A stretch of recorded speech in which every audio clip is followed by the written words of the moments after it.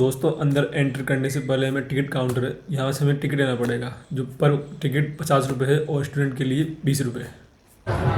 जय श्री राम दोस्तों, स्वागत है आपका अपने YouTube channel feel this travelling पर। तो आज हम आ चुके हैं आमेर फोर्ट। तो यहाँ का नज़ारा देखिए आप, ये बहुत ही शानदार और भव्य होने वाला है।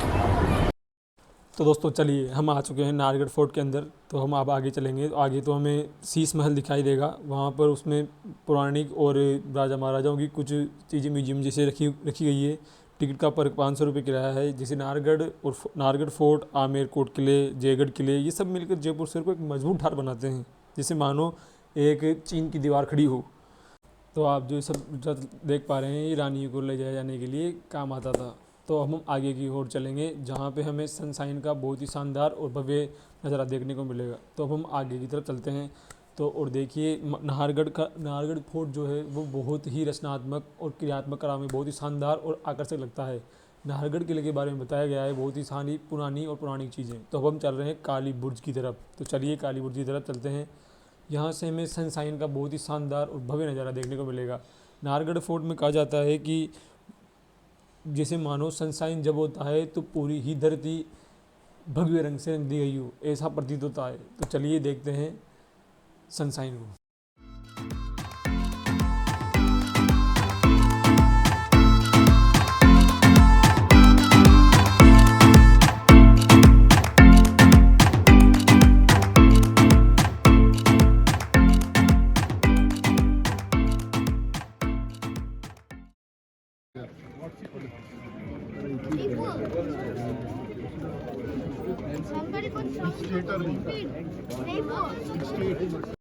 तो चलिए दोस्तों, अब चलते हैं इस महल का जो आकर्षण भव्य केंद्र है माघवेंद्र भवन, उसके अंदर हम अब चलेंगे।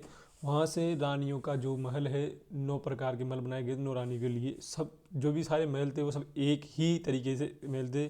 2 प्रकार के महल थे, एक तो विंटर वेकेशन वाले और एक समर वेकेशन वाले।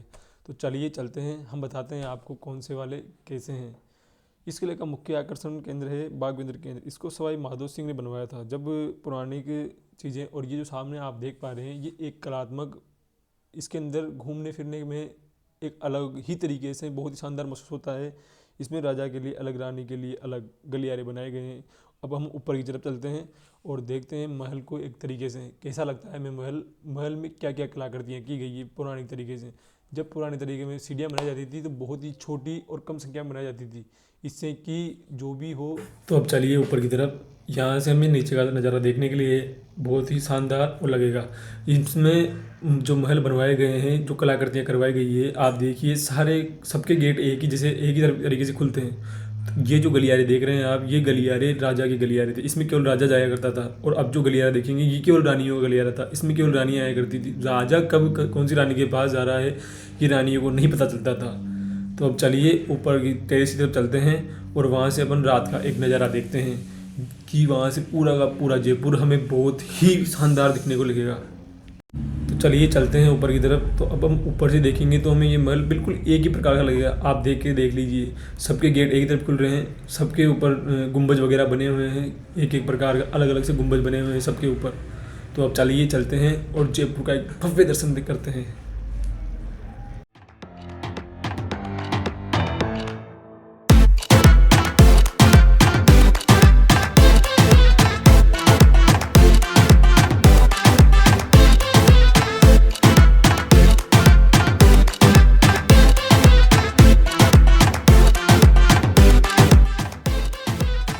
तब तक के लिए मिलते हैं नेक्स्ट वीडियो में। Thank you so much watching this video.